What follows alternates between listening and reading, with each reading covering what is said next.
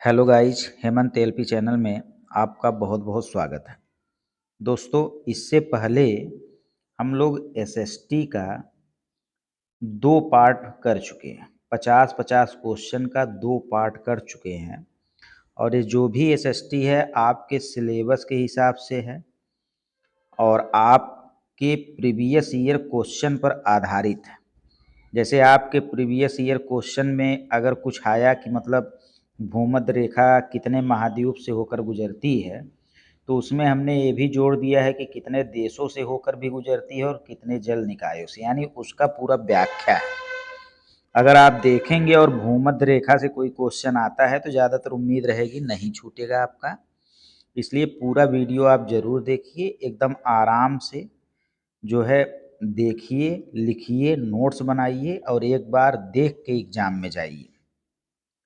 तो अगर आप लोगों ने वह 2 पार्ट नहीं देखा है, तो पहले पार्ट 1 और पार्ट 2 को देख लीजिए, तब इस पार्ट 3 को देखिए।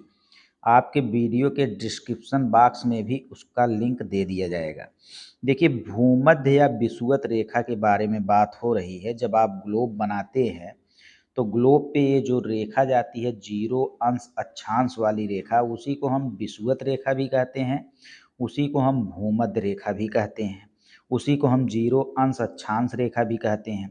अब ये पूछ रहा है कि एक तो एशिया महाद्वीप से होकर गुजरता है, एक आप देखेंगे तो अफ्रीका महाद्वीप से होकर गुजरता है और एक आप देखेंगे दक्षिण अमेरिका से होकर गुजरता है। यानी यह जो लाइन है वो 3 महाद्वीप से होकर गुजरता है। इसके अलावा 13 देशों से होकर गुजरता है। इसके अलावा 3 जल निकायों से होकर गुजरता है। इतनी बातें आपको याद रहनी चाहिए। अगला देखिए क्या है, रक्षक मेखलाएं यानी शेल्टर बेल्ट। ठीक है, शेल्टर बेल्ट्स जो होते हैं वो पवन की गति को रोकथाम कर मृदा आवरण के संरक्षण में मदद करते हैं। बहुत इंपॉर्टेंट है कि जो रक्षक मेखलाएं होती हैं, कुल मिला जुला के रक्षा करने या संरक्षा करने के काम आती हैं। वो मृदा आवरण के संरक्षण के काम रक्षक मेखलाएं आती हैं, क्योंकि ये पवन की गति को रोकती हैं ताकि मृदा का जो आवरण हो उसमें अपरदन इत्यादि ना हो पाए। ठीक है, पूर्वानुवर्ती नदियां, देखिए पूर्वानुवर्ती नदियां वे जलधाराएं होती हैं जो कि स्थल खंड में उत्थान होने पर भी अपने मार्ग को ही अपनाती हैं। जैसे कोई नदी आ रही है, अचानक वो स्थल पड़ गया, स्थल मंडल में आई, तो स्थल में ज़्यादातर नदियां अपने दिशा को क्या कर देती हैं, बहुत ज़्यादा बदल देती हैं। जिधर पाएंगी थोड़ा सा गड्ढा उड्ढा टाइप, उधर जाने लगती हैं। लेकिन जो पूर्वानुवर्ती नदियां होती हैं वो पहले से ही अनुमाने आगे जाती चली जाएंगी, यानी वो अपने मार्ग को परिवर्तित नहीं करती हैं बल्कि अपने मार्ग पर ही चलती चली जाती हैं। वो चाहे स्थल खंड हो चाहे जो खंड हो। तो ऐसी नदियों को हम पूर्वानुवर्ती नदियां कहते हैं। ठीक है, नदियां कहते हैं। सतलज एकमात्र पूर्वानुवर्ती नदी है जो हिमालय के तीनों श्रेणियों को अपरदित कर प्रवाहित होती है और यह चिनाव नदी की सहायक है। आप जानते हैं चिनाव नदी जो है यमुना नदी की सहायक है और इस चिनाव में से निकली है सतलज। ठीक है, तो आपको बस ये याद रखना है कि पूर्वानुवर्ती नदियां में एक नदी है जो है सतलज। ठीक है, अगला क्वेश्चन है, हिमनद के निक्षेपण को क्या कहते हैं। देखिए, हिमनद के निक्षेपण को हिमोड़ कहते हैं, यानी हिम को ओढ़ लिया, हिम को ओढ़ लिया। यानी अगर यहाँ पे ढेर सारा हिम है, उसके ऊपर भी हिम आ गया तो हिमोड़ हो गया। तो वही है कि निक्षेपण का मतलब हिम, यानी जो है बर्फ के टुकड़े का एक जगह इकट्ठा हो जाना ही निक्षेपण कहलाता है। और हिमनद के निक्षेपण को हम हिमोड़ कहते हैं। बहुत इंपॉर्टेंट क्वेश्चन है, सारे के सारे क्वेश्चन आपके लिए इंपॉर्टेंट हैं क्योंकि आपके प्रीवियस ईयर क्वेश्चन में आए हैं। देखिए, very most important question, loess क्या है। चाहे लोयस लिखा रहे चाहे लोएस लिखा रहे, ये क्या होता है। ठीक है, देखिए लोयस जो होता है पवन द्वारा यानी हवा के द्वारा निर्मित एक आकृति होती है। ठीक है, तो लोयस पवन द्वारा उड़ाकर लाए गए धूल व मिट्टी के महीन कणों के बृहद जमाव यानी निक्षेपण को कहा जाता है। बृहद जमाव का मतलब निक्षेपण, यानी लोयस जो है पवन द्वारा जो उड़ाकर लाए गए धूल व मिट्टी के महीन कण हैं, उन्हीं के जमाव को कहा जाता है। ये मिट्टी कृषि के लिए बहुत उपयुक्त और बहुत उपजाऊ होती हैं। जो लोयस वाली मिट्टी होती है वो बहुत उपजाऊ और बहुत उपयुक्त होती है। किसके लिए? कृषि के लिए। ऑक्सीकरण के कारण इनका रंग पीला या भूरा होता है। अगर आपसे पूछेगा लोयस मिट्टी का रंग कैसा होता है तो पीला होता है या भूरा होता है। वैसे लोयस तो एक आकृति है जो हवा द्वारा उड़ाए गए धूल व मिट्टी के महीन कणों का बृहद क्या है? जमाव है, लेकिन उस पर खेती भी किया जा सकता है। ठीक है। इस तरह के जमावों या निक्षेपण को लोयस जर्मनी में स्थित लोयस ग्राम के नाम पर पड़ा। अगला देखिए क्या है। जब नदी मैदान में प्रवेश करती है, जैसे ये नदी है और इधर आ गया मैदानी क्षेत्र, जब नदी मैदान में प्रवेश करती है तो वह ज्यादातर क्या हो जाती है? बड़े बड़े मोड़ ले लेती है, इधर उधर इधर उधर मुड़ जाती है।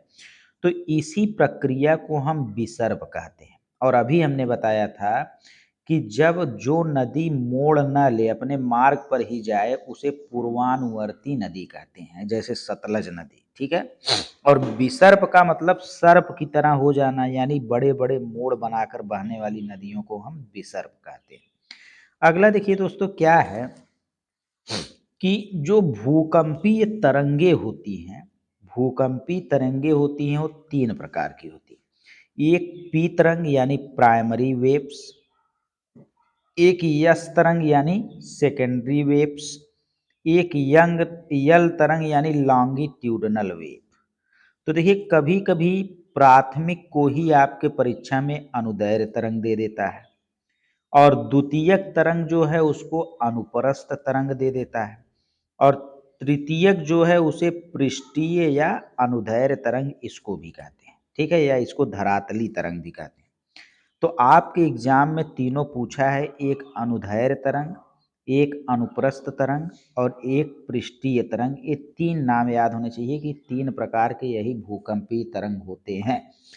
अगर नहीं याद हो रहा है तो एक बार आप लिख के याद करिए। ठीक है। देखिए जो लॉन्गिट्यूडनल वेव होता है, यल वेव होता है, वो सर्वाधिक विनाशकारी होता है भूकंपी तरंग। इसकी गति सबसे कम यानी 3 किलोमीटर प्रति सेकंड होती है, जबकि जो पी तरंग होता है वो सबसे कम विनाशकारी होता है। उसकी जो गति होती है 8 से 14 किलोमीटर प्रति सेकंड होती है।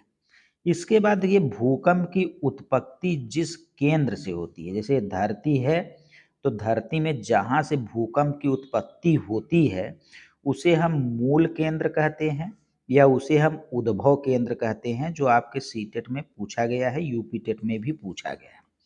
और धरातल पर जहाँ तरंग सबसे पहले पहुँचती या महसूस की जाती हैं उसे हम अधिकेंद्र कहते हैं। जहाँ पे सबसे पहले पहुँचती हैं या महसूस की जाती हैं उसे हम अधिकेंद्र या ईपी सेंटर कहते हैं। अगला है रिएक्टर स्केल। रिएक्टर स्केल को ही हम रिचर स्केल या मर्केली स्केल के नाम से भी जाना जाता है। और रिएक्टर स्केल हो, चाहे रिचर स्केल हो, चाहे मर्केली स्केल हो, इन सबसे भूकंप तरंग को क्या किया जाता है? मापा जाता है कि भूकंप की तीव्रता कितनी है। मैक्सिमम तीव्रता 9 हो सकती है भूकंप की। सिस्मोग्राफ, देखिए ग्राफ पर कुछ लिखने का, कुछ निरूपण करने का, कुछ अंकन करने का काम किया जाएगा। तो सिस्मोग्राफ में भूकंपी तरंगों का निरूपण करने का काम किया जाता है कि इतने से इतने रेंज का है तो पी है, इतने से इतने रेंज का है तो यस है, इतने से इतने रेंज का है तो यल है। अगला है सिस्मोलॉजी। तो लॉजी का मतलब अध्ययन, यानी सिस्मोलॉजी में भूकंप से संबंधित अध्ययन किया जाता है। भूकंप की अधिकतम तीव्रता जो होती है वो 9 होती है। भूकंप की अधिकतम तीव्रता 9 होता है तथा भूकंप को 4 जोनों में क्या किया गया है? बांटा गया है। अगला है सर्वाधिक अवसाद, सर्वाधिक वेस्ट मटेरियल, सर्वाधिक अवसाद ढोने वाली नदी जो है वो विश्व में अमेजन है और भारत में ब्रह्मपुत्र है। बहुत इम्पोर्टेंट है। इन दोनों की जो आयतन है वो बहुत अधिक है और ज़्यादा अवसाद ढोने वाली नदियां हैं। एक अमेजन है और एक ब्रह्मपुत्र है। विश्व की सबसे बड़ी नदी बेसिन अगर देखेंगे तो नदी बेसिन भी अमेजन नदी बेसिन ही है। अगला है बाढ़कृत मैदान नदी के निक्षेपण का परिणाम। ठीक है, जब नदी चीज़ों को निक्षेपित करके एक जगह बहुत इकट्ठा कर देती है, फिर नदी जब कम हो जाती है तो ये एक मैदान बन जाता है और इस मैदान को आप कहते हैं बाढ़कृत मैदान, क्योंकि यहाँ पे पानी जब ज़्यादा हो गया था तो निक्षेपण के कारण यहाँ पे ये सब बालू उलू इकट्ठा हुआ है, तो इसीलिए इसे बाढ़कृत मैदान कहते हैं। नदी के निक्षेपण के फलस्वरूप बाढ़कृत मैदान का निर्माण होता है। नदी अपने साथ लाए हुए अवशेषों को छोड़कर वापस चली जाती है, तो इन अवशेषों से बाढ़ युक्त मैदान का निर्माण होता है। इसी बाढ़ युक्त मैदान को हम कछार क्षेत्र भी कहते हैं। ठीक है, अगला है बीभ्रंश घाटी। देखिए, बीभ्रंश घाटी कहिए चाहे केवल भ्रंश घाटी कहिए, ये भ्रंशन द्वारा होता है। जैसे मान लीजिए ऐसे है एक जमीन, अब यहाँ से जो है यहाँ से तो यहाँ तक सही है, इसके इधर वाला जो भाग है वो ऐसे दब जाता है, दब जाता है, ये गायब हो जाता है। मान लीजिए अब यही चीज ऐसे दब के ऐसे हो गया, तो यहाँ से आप जाएंगे तो यहाँ गिर जाएंगे ना, तो इसे ही हम भ्रंश कहते हैं। क्या कहते हैं? भ्रंश कहते हैं। तो भ्रंशन द्वारा ही विभ्रंश घाटी का निर्माण होता है। जैसे एक रिफ्ट घाटी जो है वो भ्रंश का क्या है? उदाहरण है। अगला है रिएक्टर स्केल की 6 या उससे अधिक तीव्रता पर, रिएक्टर स्केल जो भूकंप का मापन करता है उसमें अगर 6 या उससे अधिक दिखा दिया तो उसमें वस्तुएं क्या होने लगती हैं? गिरने लगती हैं। ये आपके सीटेट में आया हुआ है। म्यान ज्वालामुखी, देखिए म्यान ज्वालामुखी पर्वत जो है फिलीपींस में है। म्यान ज्वालामुखी पर्वत कहाँ पे है? फिलीपींस में है और फिलीपींस में भी लूजोन द्वीप में स्थित एक सक्रिय ज्वालामुखी है। अगर आपसे पूछेगा म्यान, तो देखिए आप बिल्ली से याद कर सकते हैं कि बिल्ली जो है म्याऊं म्याऊं करती है, तो वह क्या रहती है? सक्रिय रहती है। और यह जो म्यान है वो कहाँ पे है? फिलीपींस में। अगला है निर्वनीकरण। देखिए निर्वनीकरण का मतलब नवीनीकरण होता है। नवीनीकरण का मतलब औद्योगिकीकरण होता है कि जमीन पर आप जो है जंगल इत्यादि का को काट के नवीनीकरण कर रहे हैं, उद्योग बना रहे हैं। और भू अपरदन अगर लगातार चलता रहे तो पर्यावरण में संतुलन क्या हो जाता है? बिगड़ जाता है। रक्षक मेखला, देखिए रक्षक मेखला जो होता है, ये रक्षक से आपको याद रख लेना है कि ये रक्षा करता है किसका? मृदा का, यानी मृदा संरक्षण की एक विधि है। तटीय प्रदेशों और शुष्क प्रदेशों में पवन गति को रोकने, देखिए पवन गति को रोककर मृदा को संरक्षित करने का काम कौन करता है? रक्षक मेखला करता है। पवन गति को रोकने के लिए वृक्ष कतार में लगाए जाते हैं। जैसे ऐसे एकदम वृक्ष लगातार कतार में क्या किए जाएंगे? लगाए जाएंगे। अब एक वृक्ष ये है, एक वृक्ष ये है, तो इसके बीच में जो मिट्टी रहेगी बंधी हुई रहेगी, यानी अपरदन नहीं होगा, यानी मृदा आवरण को अपरदन से क्या किया जाएगा? बचाया जाएगा। किसके द्वारा? रक्षक मेखला के द्वारा। अगला देखिए दोस्तों चैप्टर आ जाएगा वायुमंडल और जलमंडल, तो इसको हम लोग अगले पार्ट से देखेंगे।